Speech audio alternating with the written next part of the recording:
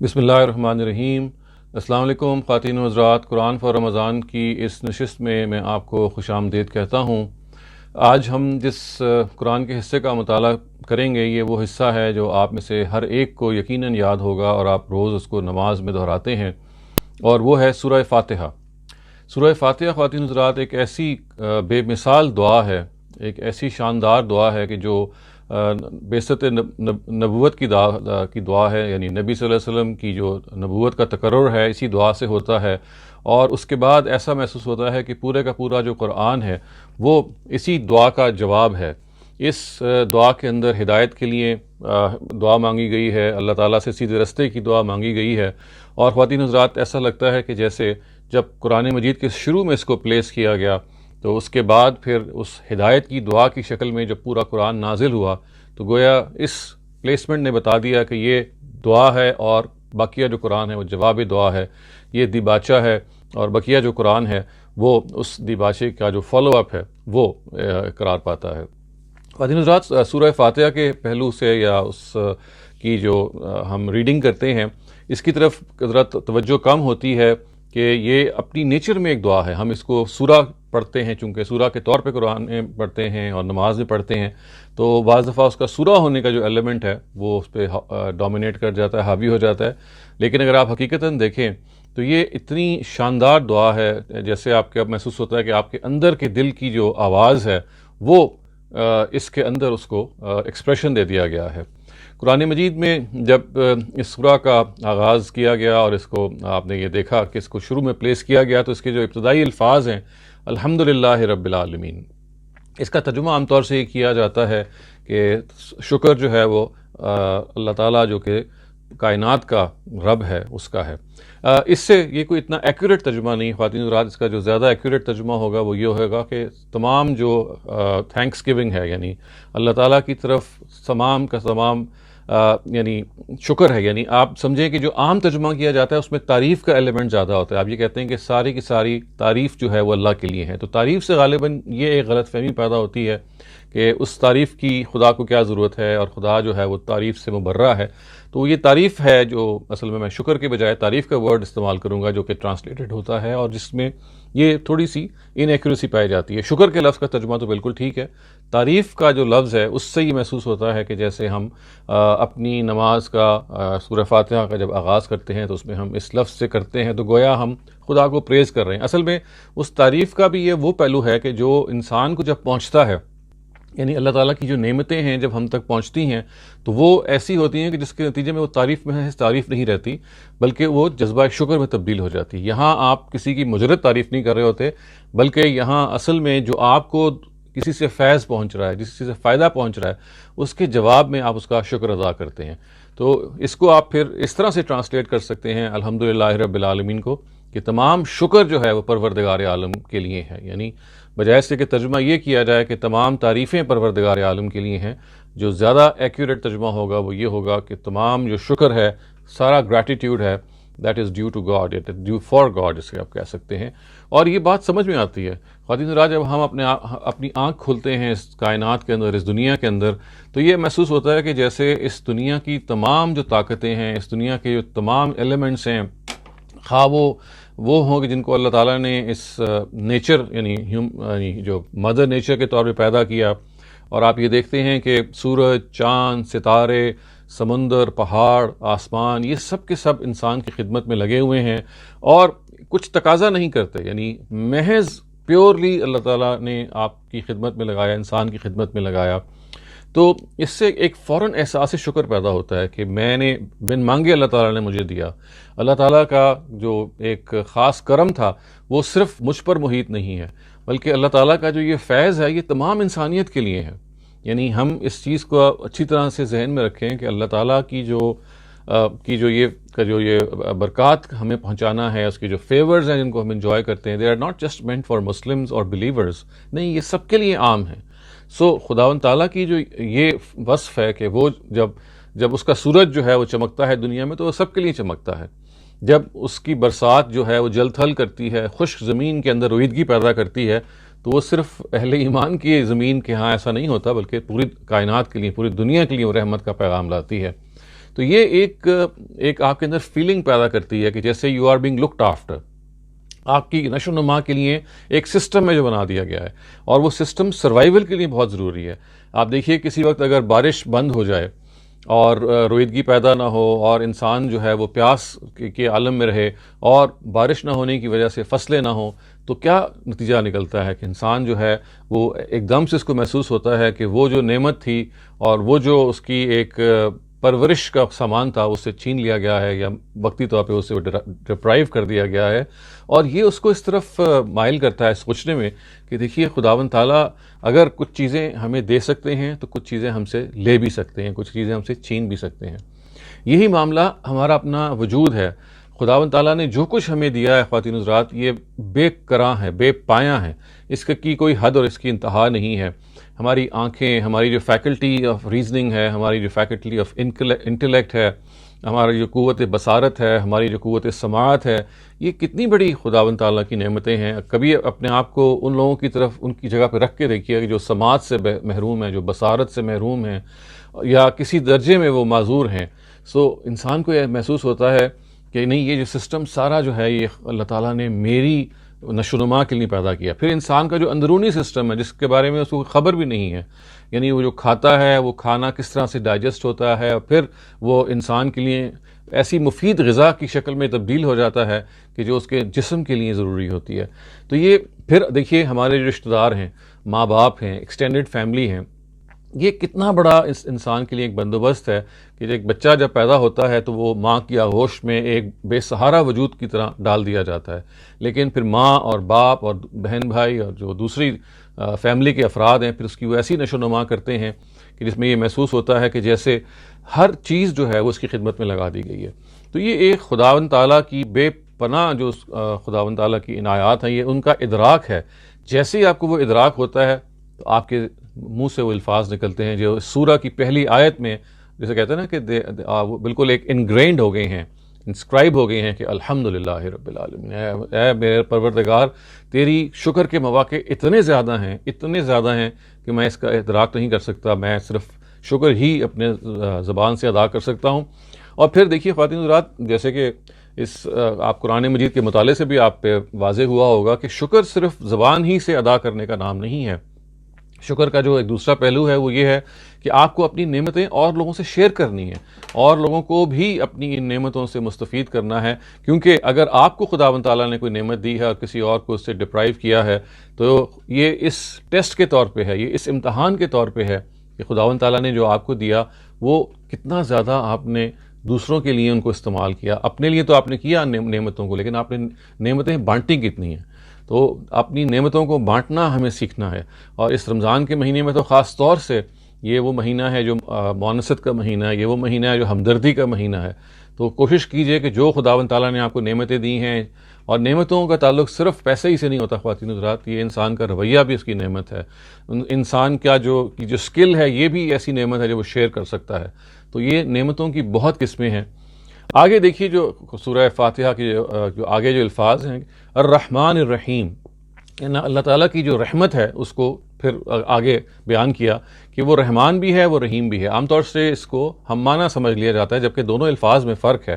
رحمان کے اندر جوش پایا جاتا ہے، ہیجان پایا جاتا ہے، ایک قوت پائی جاتی ہے، جیسے ایک چیز ابلی پڑ رہی ہے. اور رحیم میں دوام پایا جاتا ہے. عام طور سے ایسا دیکھنے میں آتا ہے کہ جن چیزوں میں جوش ہوتا ہے وہ جوش کے بعد بالکل ڈسپیٹ ہو جاتی ہیں، وہ ختم ہو جاتی ہیں، ان میں پائیداری نہیں رہتی. لیکن یہاں دیکھیے جو کہا گیا وہ یہ کہا گیا کہ اس کے اندر جوش اور ہیجان ہے، اور یہ ہیجان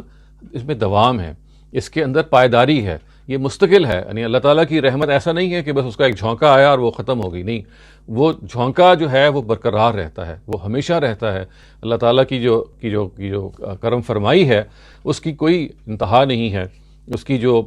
مثال ہے وہ ایسی ہے کہ جیسے وہ برستا ہے تو وہ برستی ہی چلی جاتی ہے. جب بادل برستا ہے تو برس کے ختم نہیں ہو جاتا، بلکہ اللہ تعالیٰ کی جو رحمت کی جو بارش ہے وہ ہمیشہ رہتی ہے. تو یہ رحمان اور رحیم میں یہ فرق ہے. اب دیکھیے الحمدللہ رب العالمین الرحمن الرحیم مالک یوم الدین. تو دیکھیے یہ جو آگے بات کہی گئی کہ جب خداوند تعالیٰ کا ہم شکر ادا کرتے ہیں، اس کی نعمتوں کی قدر کرتے ہیں، اس کی اس رحمت کی طرف دیکھتے ہیں، تو ایک دم سے ہمیں ایک چیز کا احساس ہوتا ہے. وہ کیا ہے کہ وی ول بی ہیلڈ اکاؤنٹیبل. ہماری پرسش ہونی ہے، کیونکہ اس نے جو ہمیں یہ نعمتیں دی ہیں جس کا ہم شکر ادا کر رہے ہیں، اس کی جو رحمتیں ہم دیکھ رہے ہیں، تو کیا یہ ایسے ہی ختم ہو جائے گا سارا معاملہ؟ نہیں، ایک دم سے انسان کے ذہن میں یہ خیال آتا ہے کہ مالک یوم الدین، کہ وہ روز جزا کا مالک ہے، ہمیں جو کچھ آج اس نے دیا ہے اس کو لازماً اس نے ایک دن اس کے بارے میں ہم سے پوچھنا ہے، اور اگر ہم نے اپنی نعمتوں کو صحیح طریقے سے استعمال کیا تو ہم اللہ تعالیٰ کی رحمت، مزید رحمت کے سزاوار ٹھہریں گے، اور اگر ان کو صحیح طرح سے استعمال نہیں کیا تو اللہ تعالیٰ کا غضب ہے جس کے ہم سزاوار ٹھہریں گے۔ تو الحمدللہ رب العالمین الرحمن الرحیم مالک یوم الدین، دیکھیے یہ کتنی سیکوینس میں یہ تینوں آیتیں آئیں، اور پھر دیکھیں ایاک نعبد و ایاک نستعین، کہ جب اللہ تعالیٰ ہی ہیں جو روز آخرت کے مالک ہیں تو پھر ہمیں کسی اور کے پاس جانے کی کیا ضرورت ہے؟ ایاک نعبد و ایاک نستعین، اے رب ہم تیری ہی عبادت کرتے ہیں اور تجھ سے ہی مدد مانگتے ہیں۔ اس آیت سے خواتین حضرات یہ بھی دیکھیے کہ خطاب شروع ہو رہا ہے ڈائریکٹ، یعنی اس سے پہلے جو 3 آیتیں تھیں وہ انڈائریکٹ تھیں، یعنی ایک جنرل سٹیٹمنٹ تھی، اس میں کسی کو آپ خطاب نہیں کر رہے تھے۔ اب ایک دم سے خطاب اللہ تعالیٰ کو ہم نے کیا کہ ہم تجھ سے تیری عبادت کرتے ہیں اور تجھ سے مدد مانگتے ہیں۔ گویا کہ پہلی 3 عبادتیں تھیں they were just statements، پہلی جو 3 آیتیں تھیں، جو چوتھی آیت ہے اس میں ہم نے خدا کو ایڈریس کر لیا، خدا کو مخاطب کر لیا اور کہا کہ اے رب کہ جب تیرا شکر بے پناہ ہے، جب تو رحیم ہے اور تو رحمان ہے، اور جب تو نے روز جزا کے دن ہر ایک کو اس کے عمل کے لحاظ سے بدلہ لینا ہے، تو پھر ہم تیری ہی عبادت کرتے ہیں، تو ہی عبادت کے مستحق ہے اور تو ہی ایسا ہے کہ جو ہمیں مدد کر سکتا ہے، ہمیں کسی کے پاس جانے کی ضرورت نہیں ہے۔ We don't have to go anywhere, آپ کے پاس ہم آئے ہیں، آپ کے دروازے پہ ہم کھٹکھٹا رہے ہیں۔ اور یہ اس لیے کہا گیا خواتین حضرات کہ جب انسان پریشان ہوتا ہے یا جب اس کو اپنی ایکسپیکٹیشن کے لحاظ سے حالات نہیں پیش آتے تو پھر وہ بعض دفعہ خدا سے مایوس ہو کے کسی اور کا دروازہ کھٹکھٹاتا ہے، کبھی ادھر چلا گیا، کبھی ادھر چلا گیا، کبھی کسی پیر کے پاس چلا گیا، کبھی کوئی اور اس طرح سے سپرسٹیشن میں گرفتار ہو گیا۔ تو یہ کہا گیا کہ نہیں، اس معاملے میں ہم اللہ تعالیٰ کی عبادت کرتے ہیں اور کسی کے پاس نہیں جاتے، اسی کی مدد کا انتظار کرتے ہیں، وہ آتی ہے اپنے وقت پہ آتی ہے۔ اور پھر دیکھیے خواتین حضرات اس کا ایک منطقی نتیجہ کیا ہے کہ اہدنا الصراط المستقیم، کہ اے رب ہم تیرے سے عبادت کرتے ہیں اور تجھ سے مدد مانگتے ہیں، اور ہماری جو سب سے بڑی مدد کیا ہے کہ تو ہمیں سیدھا رستہ دکھا دے، اور سیدھا رستہ نہ صرف دکھا دے بلکہ سیدھے رستے پہ جما دے، سیدھے رستے پہ چلا دے۔ یعنی ایک رستہ تو ظاہر ہے کہ وہ ہے کہ جو میرے اندر مجھے معلوم ہے، خیر و شر کا جو ایک شعور ہے، اس کی وجہ سے مجھے اچھائی اور برائی کے بارے میں پتہ ہے، میں زندگی کے بہت سارے کاموں کو سمجھ جاتا ہوں، لیکن مجھے پھر بھی ہدایت کی ضرورت ہے۔ مجھے نہیں معلوم کہ میں نے تیرے سے کیسے جڑنا ہے، مجھے نہیں معلوم کہ جو میں نے ابھی کہا ہے ایاک نعبد کہ ہم تیری عبادت کرتے ہیں، وہ عبادت میں نے کیسے کرنی ہے۔ تو اس میں سیدھا رستہ ہمیں دکھا، اور یہ جو سیدھا رستہ ہے وہ عبادت کے معاملے میں بھی، مدد کے معاملے میں بھی ہمیں وہ اس کی رہنمائی دے۔ اور پھر خواتین حضرات یہ کہا گیا کہ ان لوگوں کا رستہ دکھا، صراط الذین انعمت علیہم، جن پہ تیرا انعام ہوا ہے، اور ان لوگوں کا رستہ نہ دکھا اہدنا الصراط المستقیم صراط الذین انعمت علیہم غیر المغضوب علیہم، جن پہ تیرا غضب ہوا ہے ان کا رستہ ہمیں نہ دکھائیے، اور نہ ہی ولا الضالین، نہ ہی ان کا رستہ دکھائیے جو گمراہ ہوئے ہیں۔ نبی صلی اللہ علیہ وسلم کے اپنے زمانے میں یہ دونوں تعبیرات اگر آپ قرآن پڑھیں گے تو یہ اس کو بالکل واضح ہو جائے گا کہ المغضوب علیہم سے مراد اس زمانے کے جو جوز تھے وہ تھے کہ جنہوں نے اللہ تعالیٰ کا غضب ارن کیا تھا، کیونکہ وہ بار بار پیغمبروں کو اذیت دینے اور پیغمبروں کے انکار کے مرتکب ہوئے، اللہ تعالیٰ کی شریعت کے انکار کے اور شریعت کا مذاق اڑانے اور شریعت پہ نہ عمل کرنے کے۔ تو الذین، یہ جو مغضوب علیہم کی ٹرم ہے یہ آپ قرآن مجید میں دیکھیں گے، یہ خاص طور سے اس زمانے کے جوز کے لیے بولی گئی ہے، اور ضالین جو ہے وہ زمانے کے کرسچنس کے لیے بولی گئی ہے کہ جو گمراہ ہوئے، ظاہر ہے کہ جنہوں نے پھر حضرت مسیح کی ہدایت جو ان کو میسر تھی جیزس کی، اس کو انہوں نے اپنایا نہیں، ان کا جو دین ہے وہ بعد میں بہت زیادہ تبدیل ہوا۔ ہمیں پتہ ہے کہ سینٹ پال نے آ کے اس دین کو ایک نئی شکل دے دی، اور بہت ساری وہ چیزیں کہ جو ان کے دین میں تھیں، جو اصل میں موسوی شریعت کے وہ پیرو تھے، اس شریعت ہی کو منسوخ قرار دے دیا۔ اور اس موقع پہ یہ دعا کہی جا رہی ہے کہ جو نبی صلی اللہ علیہ وسلم کے زمانے میں جیسے کہ یہود و نصارہ موجود تھے، وہی اللہ تعالیٰ کی آسمانی ہدایت کے حاملین میں سے تھے، یعنی تورات اور زبور، تورات اور انجیل ہی اس وقت ہمارے لیے ہدایت کا باعث تھیں، لیکن وہ ان کے جو حاملین تھے وہ ان دو ایکسٹریمز کا شکار ہو گئے تھے۔ تو گویا یہ کہا جا رہا ہے کہ ایک ہمیں نئی ہدایت کی ضرورت ہے اللہ تعالیٰ، اور یہ پیغمبر کی شکل میں اگر آپ نے ہمیں اس کی ہدایت دے رہے ہیں تو یہ ایک ہمارے لیے ایک بڑی، یعنی بہت بڑا گفٹ ہے، ایک بہت بڑی دین ہے۔ تو یہ اس لحاظ سے آپ دیکھ سکتے ہیں خواتین حضرات کہ یہ جو پوری سورہ ہے یہ کس طرح سے مربوط ہے، ایک آیت جو ہے وہ دوسری آیت سے کس طرح سے جڑی ہوئی ہے، اور کس طرح سے دعا مانگنے کا ادب ہمیں سکھایا گیا ہے کہ شروع میں ہم اللہ تعالیٰ کو اکنالج کرتے ہیں اور پھر خطاب فرماتے ہیں اللہ تعالیٰ کی طرف، ہم اپنے رخ کو متوجہ کرتے ہوئے کہتے ہیں کہ ایاک نعبد و ایاک نستعین، آپ نے ہماری مدد کرنی ہے، اور ہم آپ ہی کی عبادت کرتے ہیں، ہم نے کسی کے پاس نہیں جانا، اور ہمیں ایسی ہدایت اور ایک ایسی جگہ پہ آپ ہمیں گامزن رکھیے کہ جس کے بارے میں مطمئن ہو کہ یہ ان لوگوں کی ہدایت ہے جن پہ آپ نے انعام کیا، مراد اللہ تعالیٰ کے انبیاء ہیں، ان کے جو صالحین نیک لوگ ہیں، وہی ہمیں ہدایت دوبارہ چاہیے۔ تو آپ اس لحاظ سے دیکھیے گا کہ نبی صلی اللہ علیہ وسلم کے دور میں کھڑے ہوئے کہ جب ہدایت جو تھی وہ دھندلا گئی تھی اور دونوں ایکسٹریم کا شکار ہو گئی تھی، یہ ایک دل سے نکلی ہوئی صدا ہے، اور یہ کہا جا رہا ہے کہ اللہ تعالیٰ ہم کو ایک فریش گائیڈنس چاہیے، اور اسی سے نبی صلی اللہ علیہ وسلم کی جو بعثت ہے اس کا تقرر بھی اسی سے ہوتا ہے، ان کی جو منسٹری ہے وہ اسی سے شروع ہوتی ہے، اور پھر جو ہدایت مانگی گئی ہے قرآن مجید جو آگے آ رہا ہے اسی ہدایت کا جواب ہے۔ میں اپنی گفتگو کو یہاں ختم کرتا ہوں۔ اقول قولی ھذا، اب آپ کے لیے سوالات کے لیے میں حاضر ہوں۔ جی، پہلا سوال ہے کہ I would like you to suggest we start reading your book History of the Quran a critical study۔ دیکھیں یہ تو ایک بہت فنی اور ٹیکنیکل کتاب ہے، اور یہ عام طور سے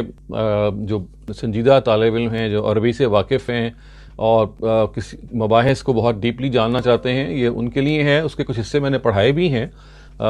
جو ممکن تھا، اور پھر اس پہ میں نے بہت تفصیلی لیکچرز بھی دیے ہیں، تو جو بہت دلچسپی رکھتے ہیں وہ کتاب کو اور ان لیکچرز کو سامنے رکھ کے اگر پڑھیں گے تو امید ہے اس سے ان کو ایک مناسب حد تک فائدہ ہوگا، اور اگر کوئی سوال اس کے بعد بھی رہ جاتے ہیں تو میں ہمیشہ اس کے لیے حاضر رہتا ہوں۔ ایک سوال ہے جی کہ واٹ از قرآن's punishment for rapists and crimes against children؟ یہ اس کو قرآن مجید حرابہ قرار دیتا ہے اور فساد فی الارض قرار دیتا ہے، اور اس کے لیے بدترین جو سزا ہے، جو سب سے یعنی ایک بدترین جرم کی جو سب سے آپ کہہ لیجئے کہ جو ہارشسٹ پنشمنٹ ہے وہ رکھی گئی ہے، اور وہ تقتیل ہے۔ اس کا مطلب ہے کہ عبرت ناک طریقے سے ان کو ایسے مجرم کو ختم کر دیا جائے، قتل کر دیا جائے۔ عبرت ناک طریقہ کا کیا مطلب ہے کہ ایسا طریقہ اختیار کیا جائے، یعنی محض ایکسیکیوٹ ہی نہ کیا جائے بلکہ ایکسیکیوٹ کرنے کا جو طریقہ اختیار کیا جائے وہ لرزہ طاری کر دے دیکھنے والوں پہ۔ چنانچہ نبی صلی اللہ علیہ وسلم نے اپنے زمانے میں ایسے مجرموں کی جو سزا دی وہ رجم تھی، یعنی ایسے ہی مجرموں کو انہوں نے رجم کروایا، یعنی جنہوں نے زنا بالجبر کا ارتکاب کیا۔ اور زنا بالجبر یا ریپ کو آپ کہہ لیجئے، جس میں ظاہر ہے چاہے وہ بچوں کے ساتھ ہو چاہے وہ ایڈلٹس کے ساتھ ہو، اس کی جو سنگینی آبویسلی بچوں کے ساتھ بہت بڑھ جاتی ہے، لیکن اپنی نیچر میں یہ بہرحال ایسی سنگینی ہے کہ جس کے بارے میں اللہ تعالیٰ یہ کہتے ہیں کہ اگر ایسا کوئی مجرم پکڑا جاتا ہے تو اس کے لیے صرف ایکسیکیوشن نہیں ہے بلکہ ایگزیمپلری فارم آف ایکسیکیوشن ہے۔ اور جیسے میں نے کہا کہ اس کے مختلف طریقے اختیار کیے جا سکتے ہیں، اور نبی صلی اللہ علیہ وسلم نے اپنے زمانے کے لحاظ سے سٹوننگ ٹو ڈیتھ کا طریقہ اختیار کیا، آج اسی کو سامنے رکھ کے اصل چیز چونکہ یہ ہے کہ آپ نے عبرت ناک طریقے سے قتل کرنا ہے، تو عبرت ناک طریقوں میں سے کوئی بھی طریقہ ڈیوائز کیا جا سکتا ہے تاکہ یہ سزا جو ہے یہ آئندہ کسی ایسے شخص کو جو یہ کام کرے اس کے لیے ڈیٹرنٹ ثابت ہو، اور اس کو یہ بتایا جائے کہ دیکھو یہ جو معاشرہ ہے یہ ڈھور ڈنگروں کا معاشرہ نہیں ہے، انسانوں کا معاشرہ ہے، اگر آپ نے انسانوں کے معاشرے میں جینا ہے تو پھر انسانوں کی حیثیت سے جینا ہے، اس فیل کی اس میں کوئی گنجائش نہیں ہے۔ Can we donate our organs after our death? جی بالکل، یہ بہت نیکی کا کام ہے، it's a very very good gesture. اگر آپ اپنے آئیز کو یا لیور کو یا جیسے آپ کی اسکن یا بھی ٹرانسپلانٹ اب ہو جاتا ہے، یا کڈنیز کا یا کوئی بھی چیز جو کارآمد ہے، جو آہستہ آہستہ سائنس نے یہ پاسبل کر دیا ہے کہ بہت سارے آرگنز جو ہیں وہ پرزرو ہو جاتے ہیں ون دا فرسٹ 24 آورز، آپ ان کو اگر نکال لیں اور دے کین بی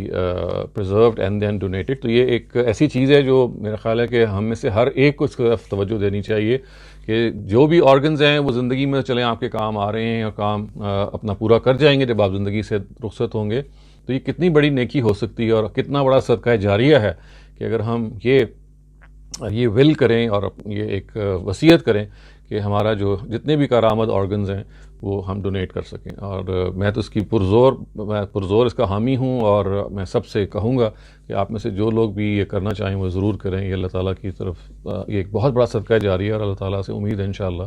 اس کا غیر معمولی اجر بھی ملے گا۔ What is 2/3 sentence concise argument for Surah Fatiha to be first revelation؟ I don't know کہ آپ کے 2/3 سینٹینس سے کیا what is 2 or 3 sentence concise؟ اچھا، وہ تو دیکھیے یہ وہ واحد سورہ ہے کہ جس میں آپ کو یہ نظر آئے گا کہ کسی کو خطاب نہیں کیا جا رہا، اور یہ اپنی نیچر میں اصل میں خداوند تعالیٰ سے دعا ہے بغیر کسی پس منظر کے۔ آپ ہر سورہ کو اٹھا کے دیکھ لیجئے، اس کا کوئی نہ کوئی مخاطب ہوگا، اس کا کوئی نہ کوئی بیک گراؤنڈ ہوگا، اور نبی صلی اللہ علیہ وسلم کی جو زندگی ہے اس کے جو مختلف مراحل ہیں، جیسے آپ نے لوگوں کو خبردار کیا آپ نے اس خبردار کرنے کو کی جو لے ہے وہ بڑھائی. پھر آپ نے لوگوں کو یہ بتایا کہ دیکھیے اگر آپ نے ان چیزوں سے آپ باز نہیں آئیں گے تو یہ آپ کے ساتھ اللہ تعالیٰ معاملہ کریں گے. پھر دنیا کی جو سزا ہے اس کے بارے میں تھریٹن کیا, وارن کیا. تو آپ یہ دیکھیں گے قرآن مجید تمام کا تمام کسی نہ کسی پہلو سے نبی صلی اللہ علیہ وسلم کی جو یہ منسٹری ہے, ان کی جو یہ تقرر ہے ایز اے پروفٹ, اس کی وہ داستان بیان کر رہا ہے کہ دیکھیں اس موقع پہ یہ ہوا. یہ واحد سورہ فاتحہ ہے کہ جس میں نبی صلی اللہ علیہ وسلم کی جو منسٹری ہے, ان کی جو دعوت کا کوئی مرحلہ بیان نہیں ہوا. It is as if he has been asked to do this assignment. آپ کا تقرر کا یہ پروانہ ہے. تو اس وجہ سے اس کا اپنا مضمون یہ بول رہا ہے کہ نہ اس کے مخاطب ایسے لوگ ہیں کہ جو اس وقت وہاں موجود تھے جہاں پہ اللہ تعالیٰ کے پیغمبر نے کوئی اپنی دعوت پیش کرنی تھی, اور نہ ہی وہ ابھی وہ مراحل شروع ہوئے تھے. ابھی جیسے ہے کہ جب آپ کو بلایا جا رہا تھا کہ اس کام کے لیے. تو اس وجہ سے یہ سورہ کا اپنا مضمون یہ بتاتا ہے. اور لکھا ہے مفسرین نے کہ زیادہ تر جو قرآن کے کامنٹیٹرز ہیں انہوں نے سورہ فاتحہ ہی کو پہلی وحی قرار دیا ہے. میرا سوال موت کے وقت کے بارے میں ہے. کیا موت کا وقت مقرر ہے؟ یا کوئی کسی کو قتل کر دیتا ہے تو اس کا وقت سلب کر لیا تھا, یا کوئی ایکسیڈنٹ میں کوئی مرتے ہیں؟ اس حوالے سے دیکھیے بات یہ ہے کہ موت کا وقت تو مقرر ہے اور اللہ تعالیٰ کو معلوم ہے کہ وہ کیا وقت ہے, لیکن وہ موت کیسے آئے گی؟ وہ ایکسیڈنٹ سے آئے گی, وہ نیچرل ڈیتھ ہوگی,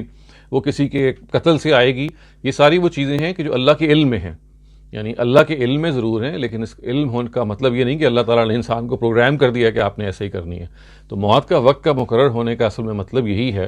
یہ لکھا گیا کہ اللہ تعالیٰ سے آپ جناب کر کے بجائے تو کر کے کیوں بات کرتے ہیں؟ دیکھیے یہ ہمارے ہاں ایک طریقہ ہے جس میں اللہ تعالیٰ سے ایک جیسے کہتے ہیں نا کہ ایک دل نواز خطاب, یعنی جس میں آپ ایک قربت محسوس کرتے ہیں, ایک فرینکنس محسوس کرتے ہیں, یہ اس کی چیز ہے. یہ کوئی ادب کے منافی چیز نہیں ہے. یہ زبانوں میں ایسے ہو جاتا ہے, اور بالخصوص اردو زبان کے اندر یہ ایک ایسے خطاب کی مثال ہے کہ جس میں آپ یہ چاہتے ہیں کہ اصل میں آپ کے سامنے اللہ تعالیٰ کا جو تصور ہے وہ ایسی ہے کہ جیسے وہ آپ کے, جیسے قرآن مجید نے کہا ہے کہ وہ آپ کے دوست ہیں, وہ آپ کے ولی کا ورڈ آیا ہے اللہ تعالیٰ کے لیے, یعنی آپ کے وہ قریب ہیں, وہ آپ کے کمپینین ہیں. تو اس سے اس طرح کا خطاب کر لیا جاتا ہے, اور ظاہر ہے کہ عزت کے مواقعوں پہ عزت کا خطاب کیا جاتا ہے. تو یہ موقع اور محل ہوتا ہے کہ بعض موقع پہ آپ بات کر رہے ہوتے ہیں تو اس کے اندر ایک خاص طرح کی فرینکنس اور قربت کا ایکسپریشن ہوتا ہے, تو یہ کر لیتے ہیں. تو اس لحاظ سے کوئی غلط چیز نہیں ہے. ایک سوال ہے جی کہ کین یو ٹیچ اس سیرت النبی؟ دیکھیے نبی صلی اللہ علیہ وسلم کی جو سیرت ہے وہ ایک باقاعدہ ایک سبجیکٹ ہے, اور کسی وقت موقع ہوا تو انشاءاللہ کوشش کریں گے کہ وہ بھی آپ کے سامنے اس کی بھی کچھ تفصیلات آتی رہیں اور وہ بھی تدریس کسی طرح سے ہو جائے. لیکن یہ آپ دیکھ سکتے ہیں کہ سیرت النبی کا جو ایک بہت اچھا ماخذ ہے, اور بہت اگر آپ اس اینگل سے قرآن کو پڑھنا شروع کر دیں تو نبی صلی اللہ علیہ وسلم کی جو سیرت نبی, یعنی ایک ہوتی ہے نا ان کی بشری حیثیت ایز اے ہیومن بینگ, ان کے ہاں جو ان کے جو خصائص تھے اس کا تو قرآن مجید میں تذکرہ کم ہے. وہ آپ کو روایتوں میں بہت ساری اس طرح کی چیزیں مل جائیں گی, لیکن بطور نبی کے اور بطور رسول کے جو ایک خاص مشن کو ان کو سونپا گیا, جس کی نتیجے میں انہوں نے سرزمین عرب میں اللہ تعالیٰ کے مذہب کو, دین کو غالب کیا, اللہ تعالیٰ نے ظاہر غالب کیا اور نبی صلی اللہ علیہ وسلم کے ذریعے سے. تو اس کی پوری کی پوری جو یہ سیرت ہے یہ قرآن مجید میں ان کے مراحل کے لحاظ سے محفوظ ہے کہ جو مختلف مراحل آئے. دیکھیے مثال کے طور پہ جو پہلا مرحلہ تھا وہ مکے کا مرحلہ تھا, جب مکے میں جو زیادہ تر مخاطبین ہیں وہ قریش تھے, وہ لوگ تھے کہ جن کو آپ مشرکین کہتے ہیں, اور جو مدینے میں مخاطب تھے وہ اہل کتاب تھے. تو ان دونوں کو مخاطبت کے لحاظ سے, ان دونوں کی جو بلیفز تھیں, ان لوگوں کی جو آئیڈیاز تھے, جو ان کے ویوز تھے, ان کے لحاظ سے نبی صلی اللہ علیہ وسلم نے ان پہ کامنٹ کیا. اور یہ جو کامنٹ جب کیا تو وہ زیادہ تر ان کے اعتراضات کا جواب, یا ان کی بدعات کا جواب, یا ان کی گناہیوں کا جواب تھا. تو اس کو پھر قرآن مجید میں ایک لحاظ سے انشرائن کر لیا گیا, اس کو قرآن مجید میں پھر محفوظ کر لیا گیا. تو آپ اگر چاہتے ہیں کہ قرآن مجید کی سیرت, قرآن مجید میں نبی صلی اللہ علیہ وسلم کی سیرت آپ پڑھیں بطور ایک نبی کے, تو وہ بہترین طریقے سے خود قرآن مجید میں محفوظ ہے. آپ صرف قرآن مجید کو اس کے چیپٹرز کے لحاظ سے پڑھیے, یعنی جیسے کہ فرائی اسکالرز اس کو تقسیم کرتے ہیں 7 چیپٹرز کے اندر یا 7 سیکشنز کے اندر. تو اگر آپ ہر چیپٹر کو پڑھیں گے الگ الگ تو آپ کو نظر آئے گا کہ نبی صلی اللہ علیہ وسلم کی جو سیرت ہے نبوت کی حیثیت میں اور رسالت کی حیثیت میں وہ ایک بہت عمدہ ترتیب سے بیان ہو گئی ہے. ان کی جو بشری حیثیت تھی, یعنی ایز اے ہیومن بینگ, جیسے میں نے کہا کہ وہ اس کے اشارے تو قرآن میں مل جاتے ہیں، لیکن اس کی جو زیادہ تفصیل ہے آپ کو روایتوں میں ملے گی، اور ان روایات کے لیے ضروری ہے کہ ان پہ اچھی طرح سے ان پہ کام کیا جائے، ان کو کریٹیکلی ایویلیویٹ کیا جائے، چھان پھٹک کی جائے، کیونکہ روایتوں کے اندر جو خواتین حضرات بہت ساری ایسی چیزیں